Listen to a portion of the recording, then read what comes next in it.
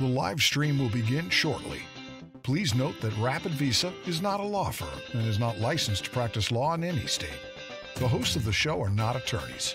RapidVisa is a document preparation firm, licensed and bonded in the state of Nevada. We will do our best to answer informational questions during the stream based on our experience in helping tens of thousands of customers successfully apply for their immigration petitions. However, if you need legal advice, we advise you to seek assistance from an attorney. Please post your questions in the comments section during the stream for a chance to win a $100 RapidVisa credit towards a future service. Now, enjoy the show. Welcome to another edition of RapidVisa Live, now streaming on YouTube, Facebook, and Instagram. Once again, we're here to answer your immigration questions, and once again, we'll remind you that we're not attorneys. RapidVisa is not a law firm. We've successfully completed, helped over 40,000 people immigrate to the United States, and we've been doing this for well over 10 years. However, we can't give you legal advice, so don't make important legal decisions based on a simple question you asked on the internet. But if you have general questions of a non-legal nature and you'd like to get our opinion on that, we're happy to provide it, and that's why we're here. As we've been doing in the past, we are once again going to offer a $100 RapidVisa credit randomly selected from the people who leave a comment. So whatever platform you're on, if you have a question you'd like to ask, or if you'd just like to enter the contest, throw your hat in the ring, just leave a comment, say hi, tell us about your experience, whatever you'd like to do. Okay, my name is Ben, and with me is Rick, and I'll let Rick take it from here. All right, thanks. We have another special announcement to make. We're going to offer to the first 5 customers that purchase today a $50 coupon or discount off of our combo package. That is the K1 AOS combo package, and you'll use a reference code for this offer. The reference code is LIVE1212. Again, that is LIVE1212, and that's going to go out to the first 5 customers that purchase the K1 AOS combo, and that offer is going to expire at the end of the day, so you'll want to act on that as soon as you can. And again, the code is LIVE1212 with no spaces in it, and it'll only work with the K1 AOS combo package. All right, looks like we've got a first question here. Paolo Domingas. You think after all these years we'd get better with these names, but we're just not that bright. Okay, can my wife cancel my petition because our relationship didn't work out? We're married already here in the Philippines, and my papers are on process, supposed to get approval in January. Okay, well, first, sorry things didn't work out for you.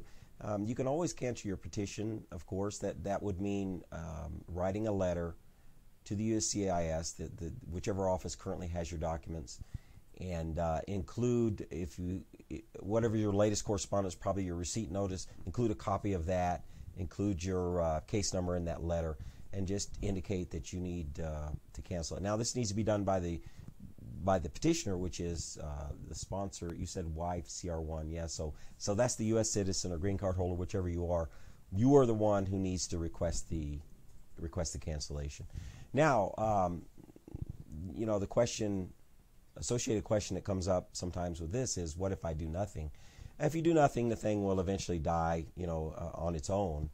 Although if it's approved and sent to the NBC, they'll wait a year, so it could be a long time before it eventually gets canceled. But if you do nothing, there's not a penalty. You're not in any kind of trouble. But we definitely recommend you go ahead and cancel it, because you may want to start again. You may reconcile. You may want to start again for some other type of immigration benefit with another person or another situation.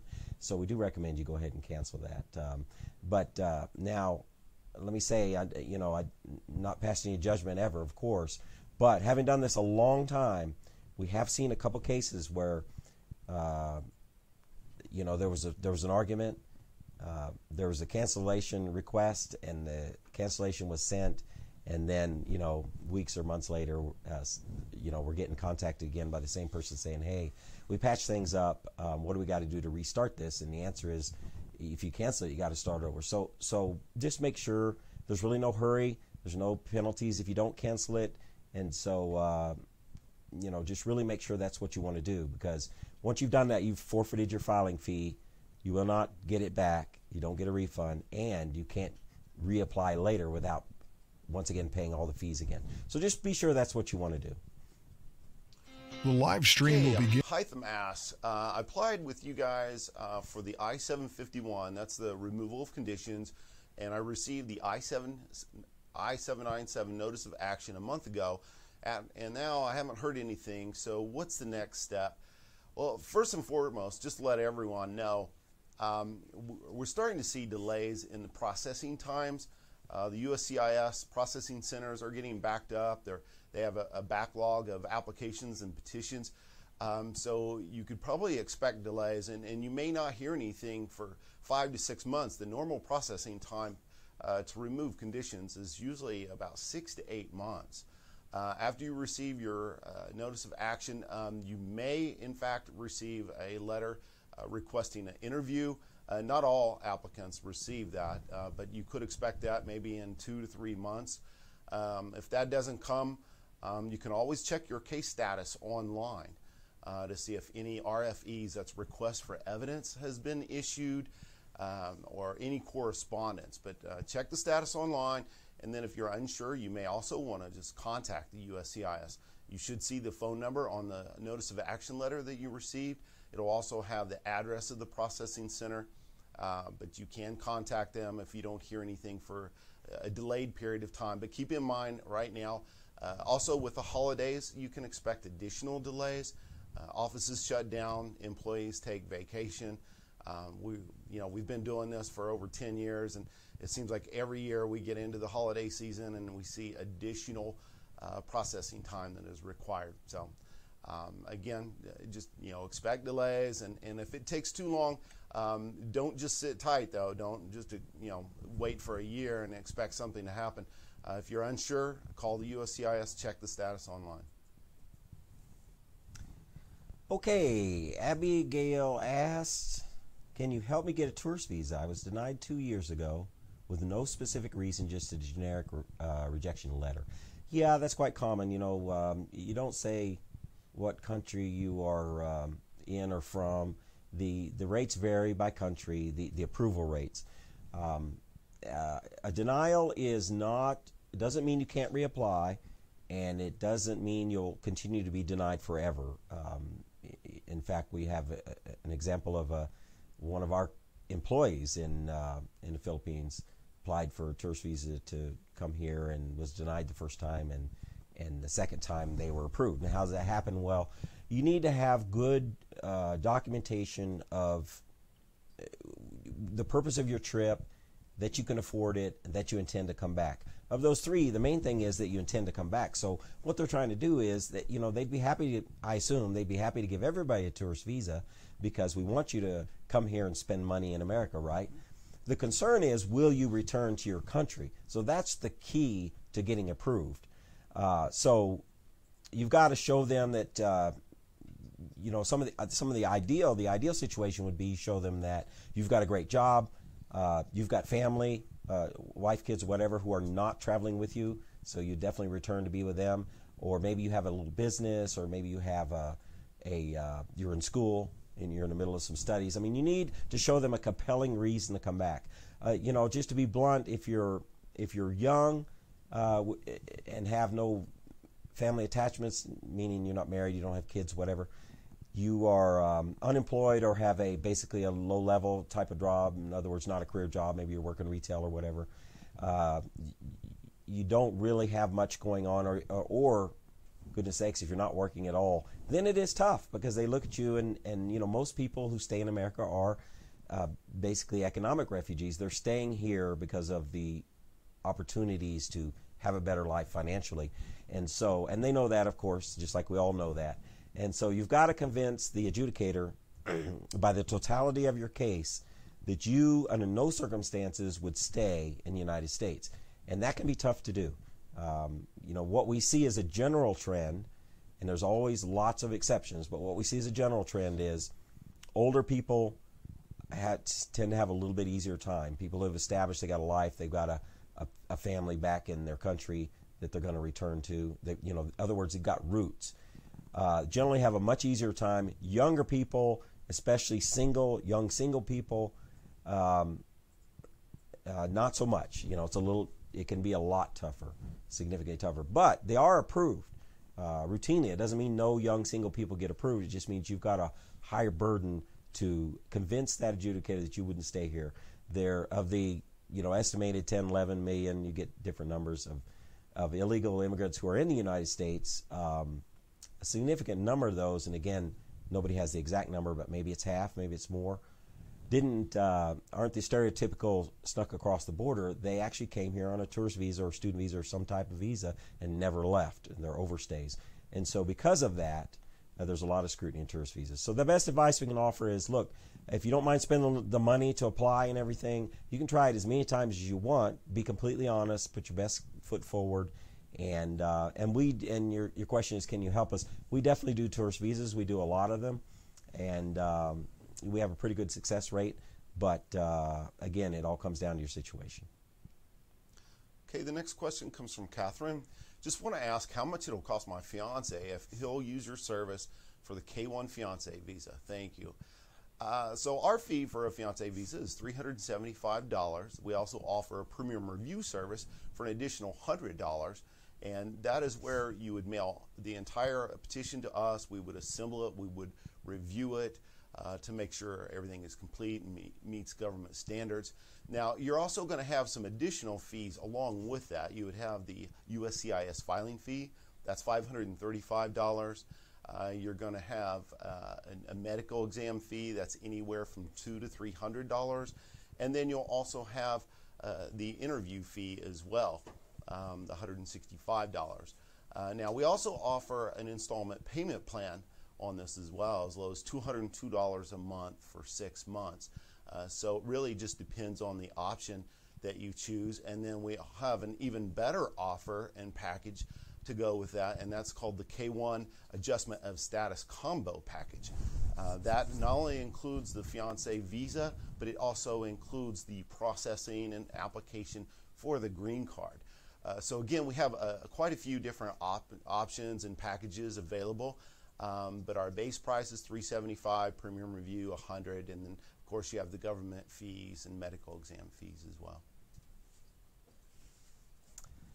Okay, we've put together, because we've got a lot of questions and a lot of calls about RFEs, that's a request for evidence that you might get when you apply for your petition. We put together a little information about that in a little kind of a PSA that we want to run for you now. It's important. Please watch it. This is coming up a lot, and then we may have a few comments again after this. So watch this real quick. We wanted to alert all of our customers to be prepared to receive potential RFEs or requests for evidence, even when everything in your petition is perfect. We've actually had numerous reports of customers receiving RFEs for items that were confirmed in their petitions, but the USCIS is requesting these anyway. A common example is W-2s. So our assembly team is the most experienced staff in the country, and for years have never had this issue, and then all of a sudden almost every single adjustment of status as well as other petition types are coming back with an RFE. We aren't sure what the top-down memos have been issued to agents to direct them to issue these blanket RFEs. We have a feeling it's just one way that the current folks in charge can slow the process down and add a layer of extreme vetting that is able to be accomplished without legislation. But really the reasons for issuing these RFEs is not the focus here. We just want our customers to realize this is happening. We are warning customers moving into 2019 to in fact expect an RFE. In fact, if you don't get an RFE, that's a bonus. If an RFE is issued, there's no point in arguing about it or looking for someone to blame unless you just want to waste your own time. The best thing you can do is simply give them what they ask for as quickly as possible, and just realize this is happening to the majority of cases. Even when literally everything is in your petition correctly, everything they're requesting they've already got, they're still issuing these RFEs. So just to summarize this PSA, expect an RFE, and when you get one, simply respond to it as quickly as possible, and your case should move right along without any other major issues. Thank you. I'll just add one quick comment on the PSA. One application type in particular that we are seeing quite a few RFEs or requests for evidence on is for the adjustment of status. And the number one RFE that we're seeing is for the affidavit of support. Almost every AOS application that we send out is receiving an RFE requesting proof of income, but primarily they're asking for W-2s and federal tax returns. And that's even on the perfectly assembled cases that already include the W-2s and already include the federal tax returns. And we know that these were submitted because we wouldn't submit an affidavit of support without the W-2s and tax returns. But almost every single adjustment of status application is receiving that RFE. And I just wanted to comment on that and especially let our customers know that, don't get upset with the RFEs. Everybody's getting them. You'll just want to comply with them in the time that you're allotted. And it's nothing to get alarmed about or frustrated about. It's just part of the process. The U.S. Department of State and U.S. Department of Homeland Security is scrutinizing petitions more so than they have in the past. And it's just something that we have to deal with. So just stay calm and just review the letter. If you want some assistance with it, you can contact us. We'll go over the letter. And you just comply with it, submit the requested documents, and you should receive your approval shortly after that. Next question comes from Michael Berthid. How does a dismissed arrest affect a K-1 visa outcome? Well, arrests and criminal history and convictions are not really a reason for a denial. A lot of times it just depends on your case. But I can tell you this, on every petition type, if you check the box on a K-1 fiancé visa that states that you were convicted of a crime, you'll need to supply or provide the court records, the police records, and any dispositions of that. Even if your case was closed, your records were sealed, an attorney told you that this will never show up on your record, or an officer, a police officer, told you that it's gone. It's never gone from the USCIS and the FBI. When they perform the background check, any prior criminal history or convictions, any prior arrests are going to come up in this record. So it's very important that you be truthful and honest when you answer the questions, and basically just make sure that you provide the police records and court records. Again, even if your records have been sealed, expunged, you're told that they don't exist anymore, they do. And if you're unable to obtain the requested documents, in some cases you can write a personal statement or letter describing the conviction or the arrest and give your side of the story. Because basically the adjudicator or consular officer is going to ask the fiancé if they were aware of the criminal history, and they're going to present these documents to them. So again, it's nothing really to be alarmed about or worried about. There's just some simple rules that you've got to follow. Yeah, and if it was, your comment's very short, so we don't have much detail to go on, but if it was in fact an arrest and the whole case was dismissed and they said, my bad, you're free to go, then you don't technically have a criminal history. But like Rick says, we've successfully done K-1s for lots of people with criminal history. I mean, you as the, and I assume you are the U.S. citizen, you're already here. We're stuck with you. So, your criminal background is not, in most cases, going to be relevant. Now, if you are the alien, because you don't say, we're kind of assuming you're the citizen, but if you're the alien, then yeah, absolutely, it affects it. If there's obviously there's a public interest in not allowing people to immigrate who maybe have criminal background problems. So it depends. But I'm assuming that you're probably the U.S. citizen based on that. Sounds like a U.S. type name. I don't know. I'm guessing really. But if you are the U.S. citizen, I wouldn't worry about it. We've done a lot of people with DUIs, and one guy served time for auto theft. He successfully did a K-1. So it's probably not something you got to worry about. All right, on to the next question from Facebook. Voltaire Chavez says, hi, once you get the NOA-2, what's the time frame they could reach the U.S.? Weeks, months, also her daughter coming at the same time. Okay, so NOA-2 means you got your approval from the CIS. You don't say if this is a fiancé visa or a CR1, they are a spousal visa or fiancé visa. They are similar in the timelines. I mean, basically, right now you're looking still at months, unfortunately. There was a time when we could, in many cases, it would be weeks.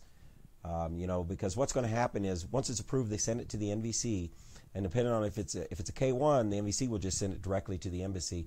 They'll contact the fiance. If it's a CR1, the NVC is going to now collect from you more information, like your affidavit of support and so on. So, realistically, you're still looking at a couple of months. It's timelines are so difficult. Things have gotten slower now with all the increased attention on immigration, and so it's definitely slower than it was.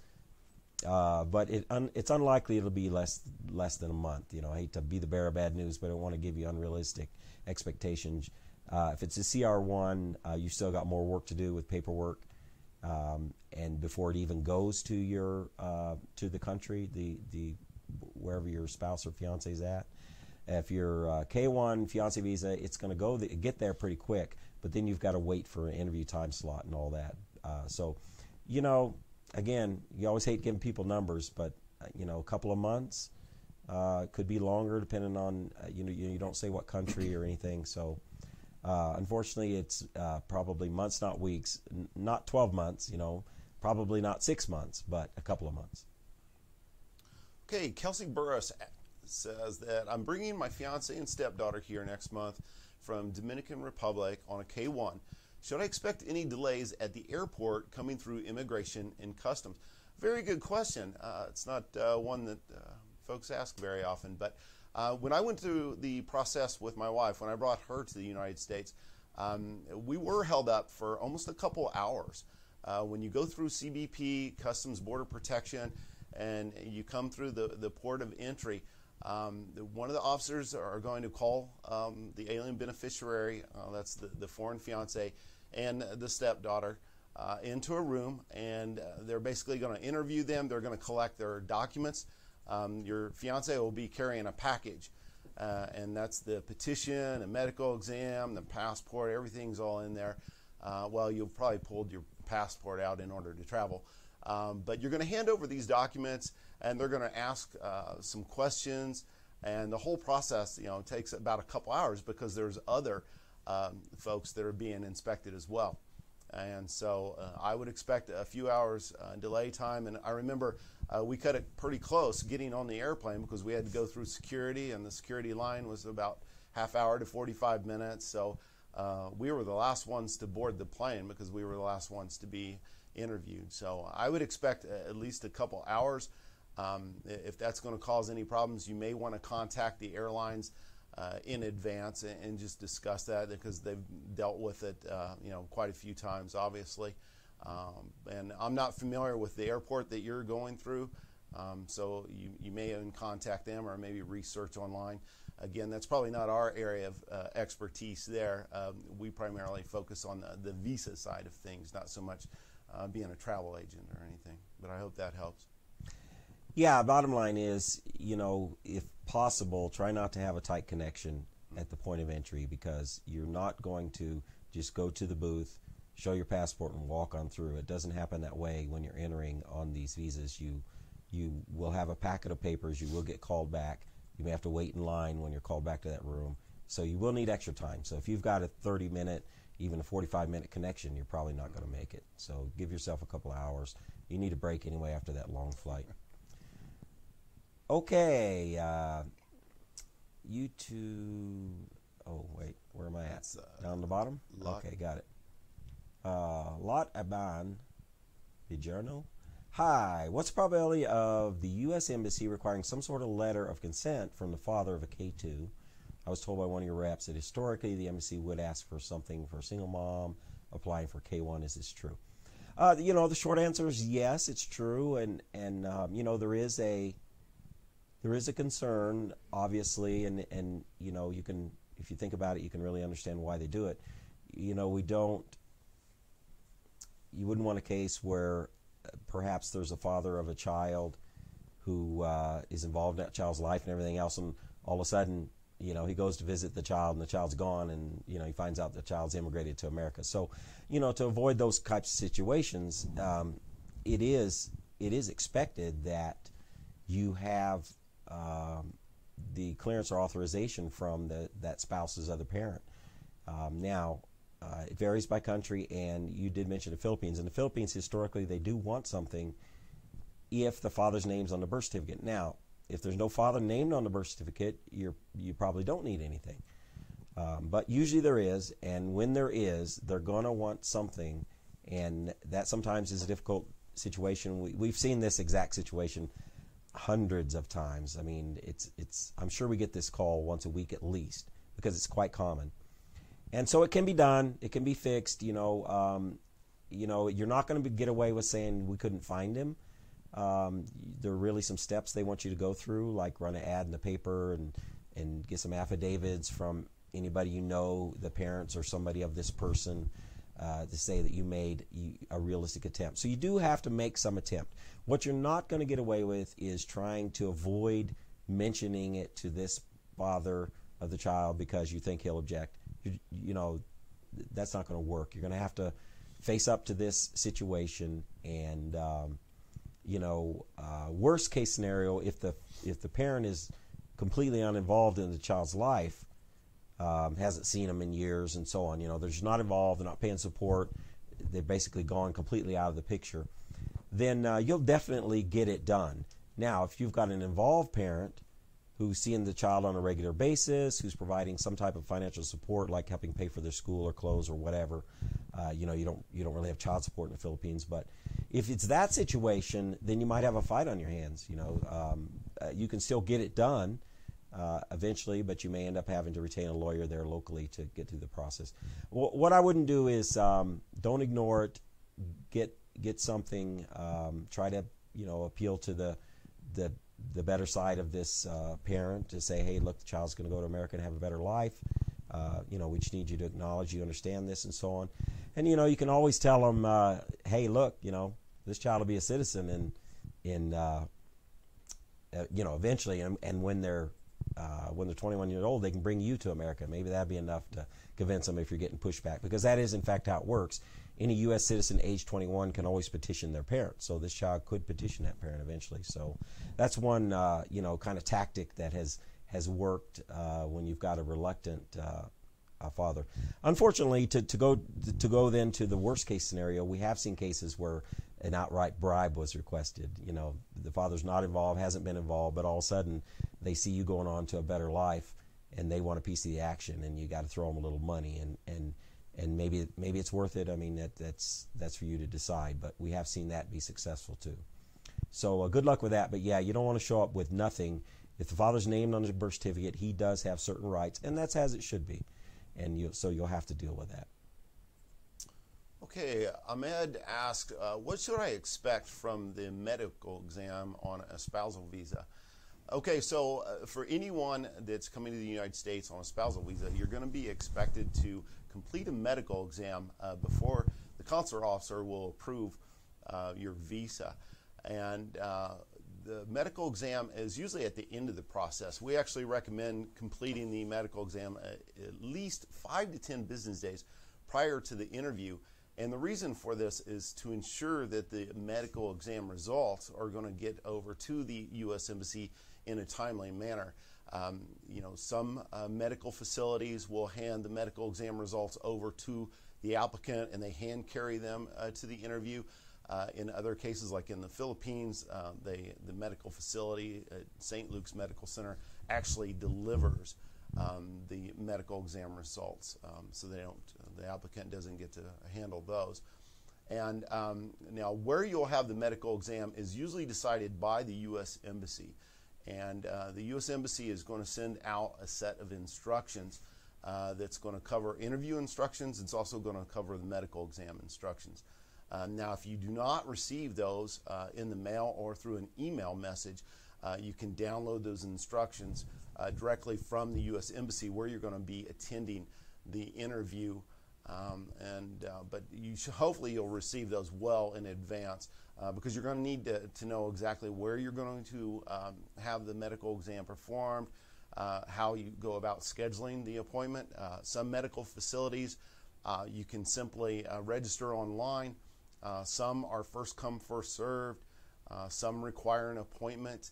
So it really just depends on what country you're in and which embassy is residing over your case or where you're going to be interviewing at. A couple of things to remember. When you go to the medical exam, there's going to be some documents you're going to need to take. You're going to want to take your passport. You're going to need your appointment or interview letter. And you'll also need to take 4 passport-style photos. So make sure anything that I tell you, though, keep in mind that the instructions will supersede that or override anything. I'm just trying to remember some of the items that my wife had to take to the medical exam. And then a couple other things you'll want to get there early at your appointment if it's scheduled. Reason being because it's going to take all day long.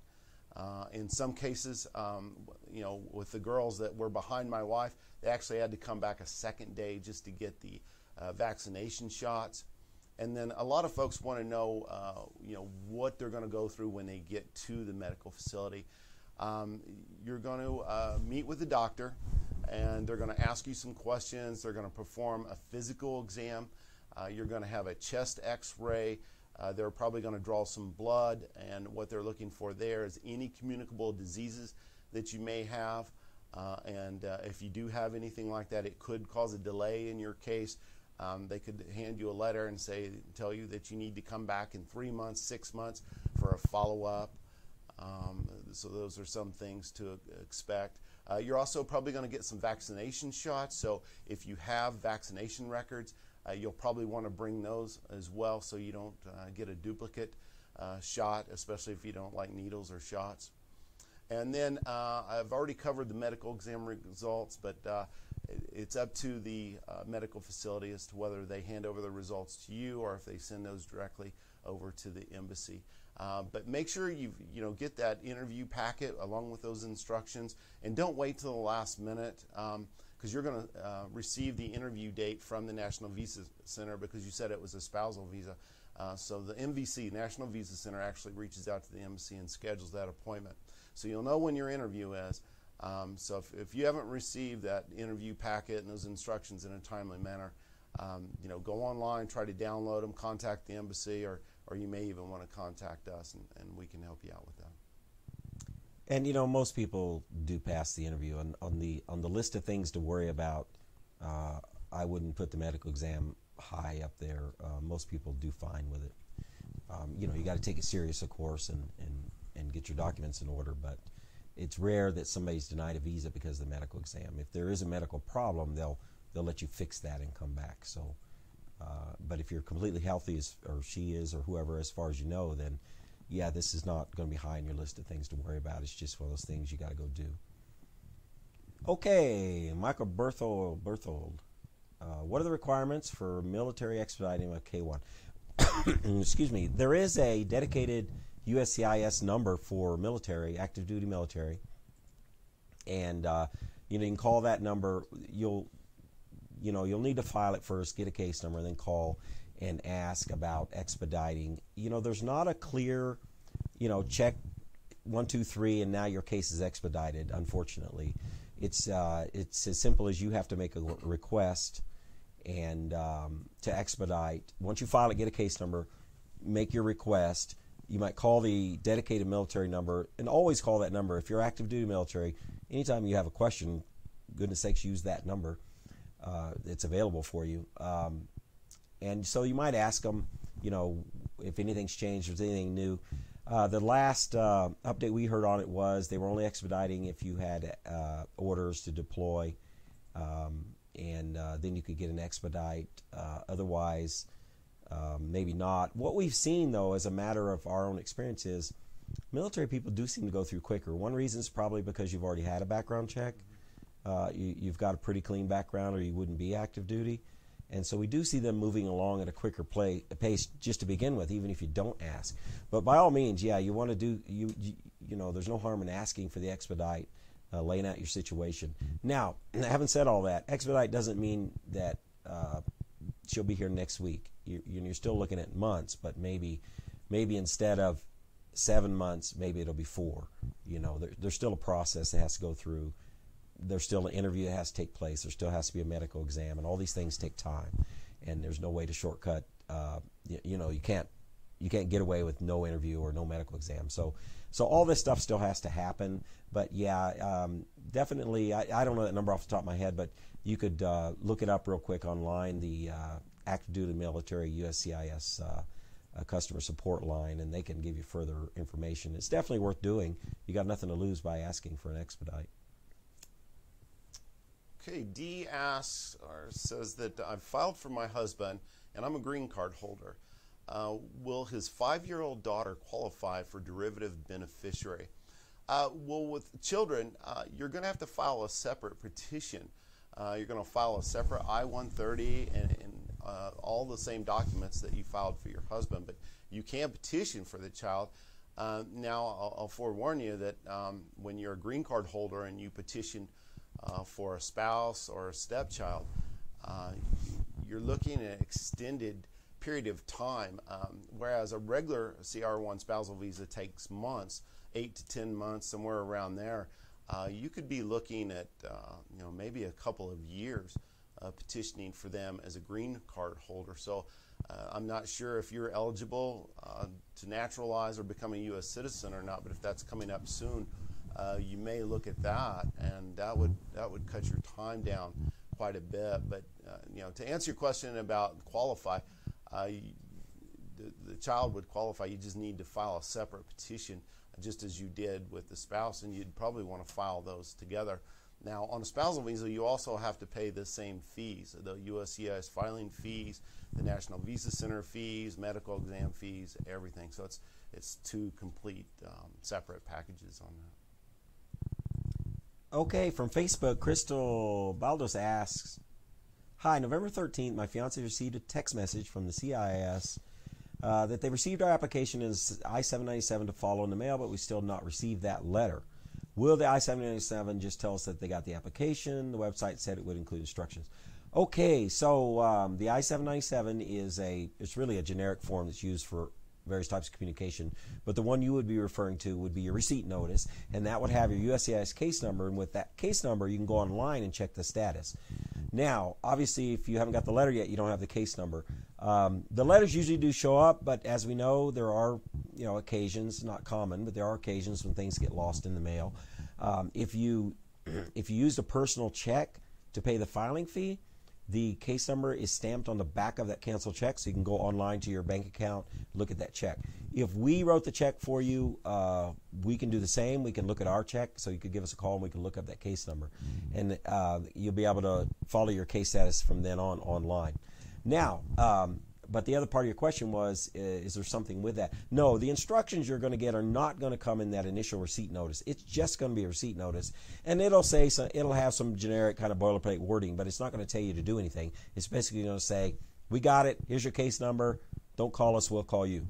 Just wait. So that's all that's going to be in the letter. So if you never get the letter, not really a big deal. You do want that case number, and you can also call them if you got a little patience and you got a good phone plan that doesn't charge you by the minute.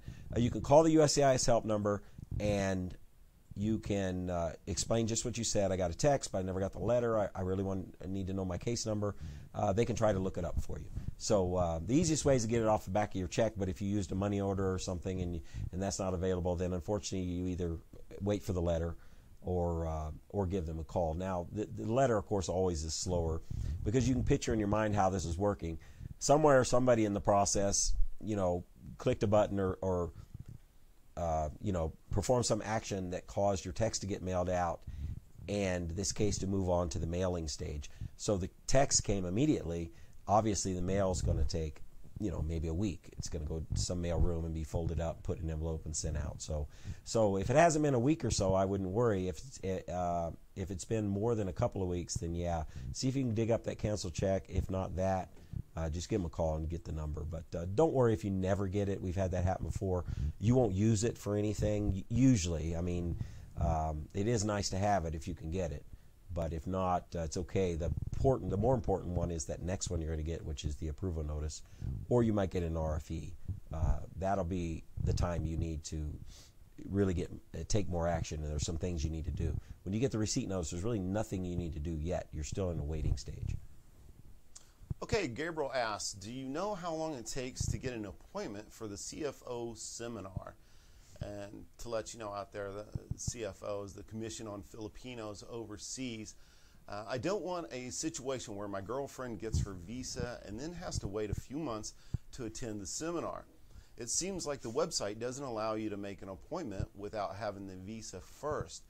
Well, the first thing to remember is that there's 2 different seminars at the CFO offices, and there's 4 different offices that you can go to in the Philippines.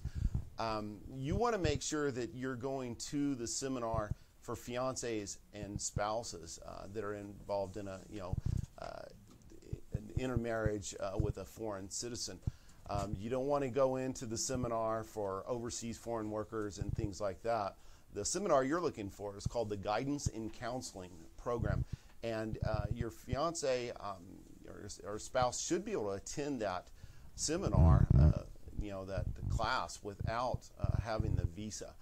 Now, the challenge with that, though, is if you attend the seminar without the visa, you're going to have to go back a second time in order to get the certificate placed in the passport, because they will not issue the certificate, or the actual stamp that they put in your passport until you have your visa. So that's the only thing to remember. And right now we're seeing that it's taken about 9 to 10 business days to schedule the interview online. And one other thing to keep in mind, there are a limited number of seats at each of the CFO offices. So you can go online, you can check the number of seats available, you can schedule the appointment, you can register, you can also get a list of all the documents that are required that you're going to need. But right now we're looking at about 9 to 10 days, but that doesn't take into consideration that we have the holidays coming up. Keep that in mind. Over in the Philippines, they recognize 24 national holidays, so that's going to affect the timeline as well. And just to briefly go over some of the documents that you're going to need for the CFO seminar, you're going to need 2 original identification cards, and over in the Philippines they have quite a few different ID cards. They even have a postal ID card, they have work ID cards, but make sure you take 2 forms of ID, photo IDs, and you're going to need your guidance and counseling form, and if you're married, you're going to need your certificates of marriage that you can get from the PSA, that's Philippine Statistics Authority. And there's some additional documents that we're hearing that they're requesting now, and that could be divorce decrees, annulment paperwork, death certificates, things like that. But make sure you go online, register, and you can print out all the requirements and everything. But right now it's about 9 to 10 days is what we're seeing on the wait time. Yeah, and in any kind of dealing with an embassy, it's always important to remember that they're closed for all U.S. holidays, the 10 U.S. holidays, plus all local holidays, which in some countries can be extensive. So that's a pretty good job if you can get it. Working down at the embassy, you're getting a lot of vacation days. Okay, let's see what we got here from YouTube. Sterling Albers, on a K-1 visa, the background check, is it focused on the petitioner or beneficiary or both? Okay, great question. You're both going to be checked is the short answer. So really on a K-1 visa, it's roughly 2 parts. The first part where you submit the I-129F petition to the USCIS, that's really about you. That's when they're going to do the background check. It's mostly about you. Then the second part at the embassy, that's about the alien. And the embassy is going to ask for various types of clearance, depends on the country. They're going to have her bring in a clearance, and then they'll do their own checking. So you're both going to get checked. Now, the advantage you have as a citizen, and we've mentioned this before, is that you're not the person trying to immigrate. You're already here. So any kind of pimples in your background are less important. Now, there are some things that cause you problems, some domestic violence issues or molestation. There are some things that can cause you trouble, but mostly for the U.S. citizen petitioner, you really don't have to worry. Again, we've seen plenty of people with lots of DUIs. I didn't know there were so many DUIs until I started this business. Lots of DUIs. We've seen people who've done prison time for, I remember one mortgage fraud. I remember another one that was car theft. So all of those sailed right through. So this is not really, as far as you are concerned, they want to know that you're eligible, meaning you're not still married, and it's a legitimate relationship. And then there's a background check, because there are some requirements around the K-1 because of the EMBRA Act that says if you have some criminal offenses, certain criminal offenses, not every one of them, they have to provide that information to your alien beneficiary, in other words, your fiance, so that she is fully aware of what she's getting involved with, right? And so you will have to provide disposition documents, whatever. They'll give that to her. But you don't get denied for that typically. Now, at the end of the day, I guess they can do whatever they want. But having done, again, thousands of these, over 40,000, we've never yet seen somebody denied because of the criminal history of the petitioner, with the exception of Adam Walsh Act violation. And if you don't know what that is, you're better off for not knowing. A few obscure, really bad things having to do with molestation or domestic violence, yes, you might have a little trouble. You might even get denied. Anything else, you're almost certainly not going to have a problem, based on our experience. Obviously, you're getting into legal questions. You may want to ask an attorney that, but really, I kind of put a lot of information that I don't see in your question, but you ask, is it required? So I figure maybe you're wondering. It is required for both. Typically, the alien will be instructed on what documents they need to provide from the local, record keeping or criminal justice authorities in their country.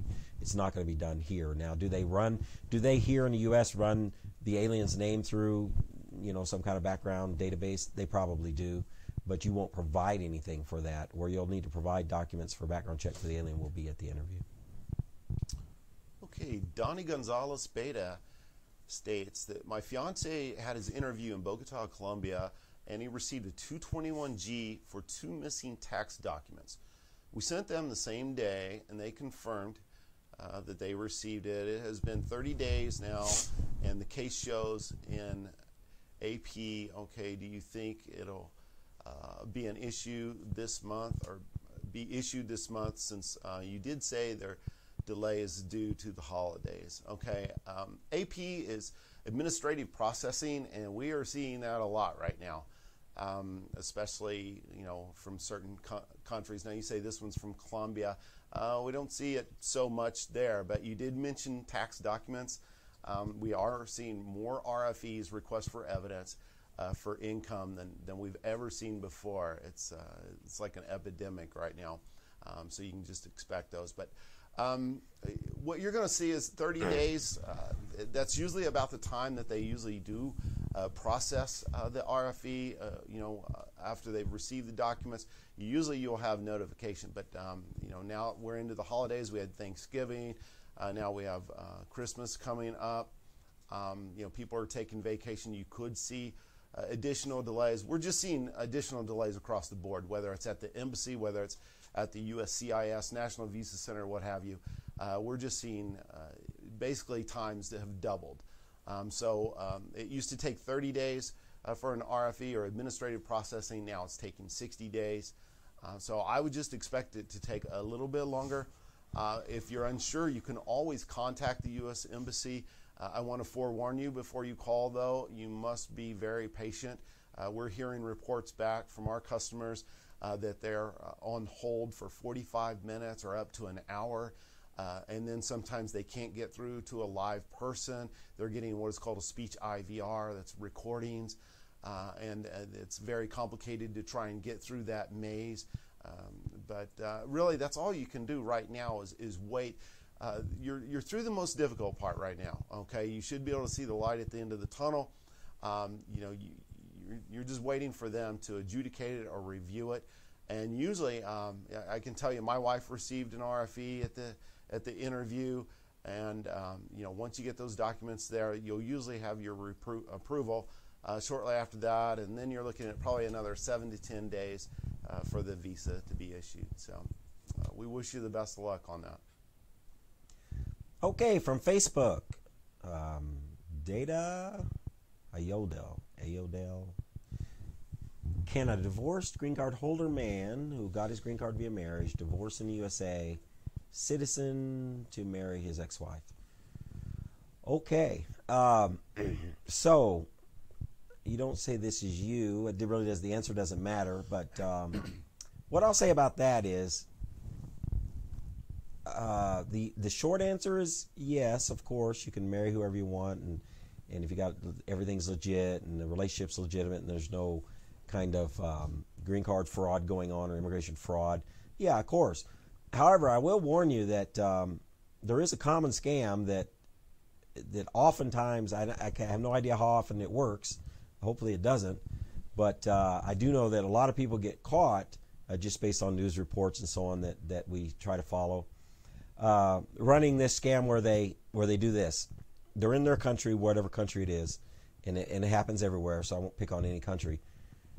They know somebody in the United States, or they meet somebody online that will marry them, so they divorce their current spouse, go to the U.S., get their green card, get their papers, then they make up a reason, whatever, and they get divorced, and then now they petition their previous spouse, and they think they're really smart. They'll never figure this out. We're so smart. We figured out how to game the system. Now, let me tell you, these people are smart, the USCIS. They've seen that, much more than we've seen. And I, first reading the sentence, I said, okay, this sounds like fraud. It may not be, and I apologize. This might be a completely legitimate situation. But your challenge is, it sounds like fraud up front. You're going back to remarry your ex-wife in your previous country. You just came here, married somebody, now you're going to divorce them. That sounds exactly like a very common, a very well-worn, tried scam. And so I would hope that if it's a scam, that you or whoever it is gets caught, because this is the kind of stuff that makes immigration hard for everybody. And again, I apologize if it's not the case and everybody has clean intentions here, but don't try to game the system. It's not how it's supposed to work. You jeopardize the legitimate path for everybody when you try to manipulate it. And again, just for me, a novice sitting here who doesn't work USCIS fraud cases, it doesn't sound legit. It may be, again, and I'm not trying to cast doubt on anybody. Maybe everything's completely normal, but I think you're going to have a high hurdle right out of the gate to get this through without some real increased scrutiny, because again, that has been tried over and over and over, and I have no idea how often it's successful, but I can tell you it's often not successful just based on things we read. So, but the short answer is, yeah, it's possible. It's definitely possible, but you're gonna have to expect it really gets a close look. Okay, Tony Carter says, hello, I'm from the UK. Am I right in thinking that my fiance in America needs to start the visa process, do the paperwork for my K1 fiance visa, or can I start the ball rolling from the UK? Well, to answer your question, you can start the process anywhere, but let me break down the entire process for you to give you a better understanding of how everything's going to work on a fiance visa. The first stage is called the USCIS stage. And that's where you're going to submit your initial petition. That's the I-129F form with supporting documents. So that's going to be mailed to the USCIS. You have to mail it to a lockbox that's designated, usually based off your U.S. citizen's fiance's address. There's a couple different lockboxes. For a fiance visa, though, it's going to go to Dallas. And they'll receive it there. And then they decide which processing center to send your petition to. Once it gets to a processing center, they're going to take anywhere from 5 to 6 months to review it and make sure that you have a legitimate bona fide relationship and that you're eligible for the benefit that you're applying for. Then they're going to forward your petition on to the National Visa Center, and at the National Visa Center they assign a MVC, National Visa Center case number, and then they're going to send it on to the embassy in the UK. So to answer your question, you can start the process there. You can go online to our website at rapidvisa.com, create an account, answer the questions in the online questionnaire, and then we'll take it from there. Or your fiance can do it. There's 2 sections, one for each one of you to answer and fill out the questions, and then we take that information, fill out the forms for you. Now you can go ahead and start gathering up all your supporting documents. You're going to need some civil documents. If you've been married before, you need a copy of your divorce decree, annulment paperwork, death certificate. You're going to need a police certificate, for your background check. Now, be careful about obtaining some things too soon, too quickly, because some documents have an expiration date, and a lot of times your visa will be tied to that expiration date. So you don't want to order something too soon, like a police certificate where it says it's only valid for 6 months, and then you wait 8 months for your interview. So there's some things that you actually want to hold off on, but divorce decrees, things like that, you could go ahead and make sure you have all of those documents in order. Okay, Aaron Anderson, the guy who's first on every alphabetical list, whether you go by first name or last name. Aaron Anderson on YouTube asks, can I write an expedite letter for pregnant fiance overseas? I filed a K-1 on November 15th. Okay, so you can always write an expedite letter anytime you want. Honestly, they mostly ignore them. But, whatever your last correspondence is, receipt, notice, approval, whatever, take that address, send your expedite. If it's at the embassy stage, you send it to the embassy. Always, of course, include your case number. If you have an NVC number, you want to include that too. The full name and date of birth of you and the alien so that they can positively identify who we're talking about. Now, having said all that, I haven't seen anybody succeed with a pregnant fiance. Unfortunately, it's not really an emergency. It's not a medical emergency. I mean, babies are born all the time. There's probably one being born right now somewhere. And I'm not trying to make light of your case. I know it's important to you. I can certainly, I can understand how I might feel in that situation, but I don't want to give you false hope here. Lots and lots of people have tried that, and so many that I think it's fairly common. The situation, you're starting a new relationship, you got a new fiance or new spouse. It's fairly common that things happen through accident or on purpose, and babies come along. So it's so common that I don't think, and our experience shows, that's not considered something they're going to expedite over. But again, it doesn't hurt to try. But I wouldn't put a lot of, I don't know your situation, so I don't want to say don't put a lot of effort in it. Put all the effort into it that you want to, but don't put a lot of hope in it. Don't start thinking, hey, we'll get this done and we'll get you here. Don't make plans. Don't start buying a health insurance policy for the birth or something like that, because it almost certainly will not get expedited. And I don't want to sound negative, but I don't want to give you false hope, because again, we've had so many people try getting letters from the doctor saying it's a high-risk pregnancy, all various reasons. Never have we seen it succeed. Doesn't mean it never has, but I don't think anybody has more experience than we do in K-1 visas, and we've never seen it successful. So there you go. Sorry I don't have a better answer for you, but at least you got a straightforward answer. Okay, we have another public service announcement about self-help forums, which we'll go to now. So I wanted to take a moment to address self-help forums. First off, there's a couple very good communities, very helpful communities of self-help folks that are out there. People just like you going through this process and sharing their experiences. Sites like visacommunity.com or Visa Journey. And just to touch on Visa Journey, we have worked with their owners for years, and we're even an endorsed service on their site.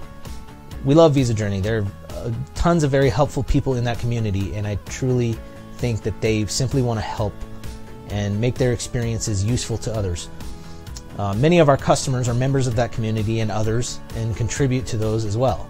However, there's a small offshoot of people, very small, who really just don't believe people should pay for a service like RapidVisa for whatever reason.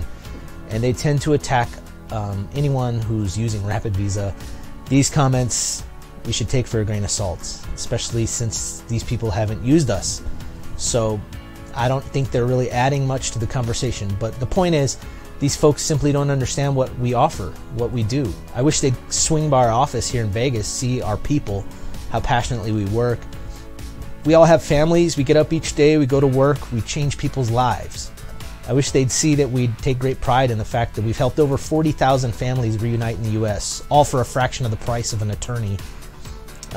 So if you have a lot of free time, you're very legal savvy, you're a do-it-yourself type of person, and you want to save a few $100 by doing it yourself, hey, more power to you. But there's no shame in hiring RapidVisa to unload the bulk of this burden for a low flat fee, just so you know you have someone to call who's on your side, who's done this 40,000 times. One thing to be careful about reading these forums, information on them tends to be outdated. In fact, there's a lot of outdated information being perpetuated still. So be sure to not only check the date of the post, but check their source, the date of the source that person is referring to, because a lot of that stuff is outdated. This stuff is changing constantly. It's changing week over week, not just year over year. So some of these people, they think they're being helpful because the way they did it over a year or two ago was one way, that it's still that way. It's simply not true. In fact, a ton of things have changed in the last year and even in the last few months. And in a couple months from now, they'll still be changing.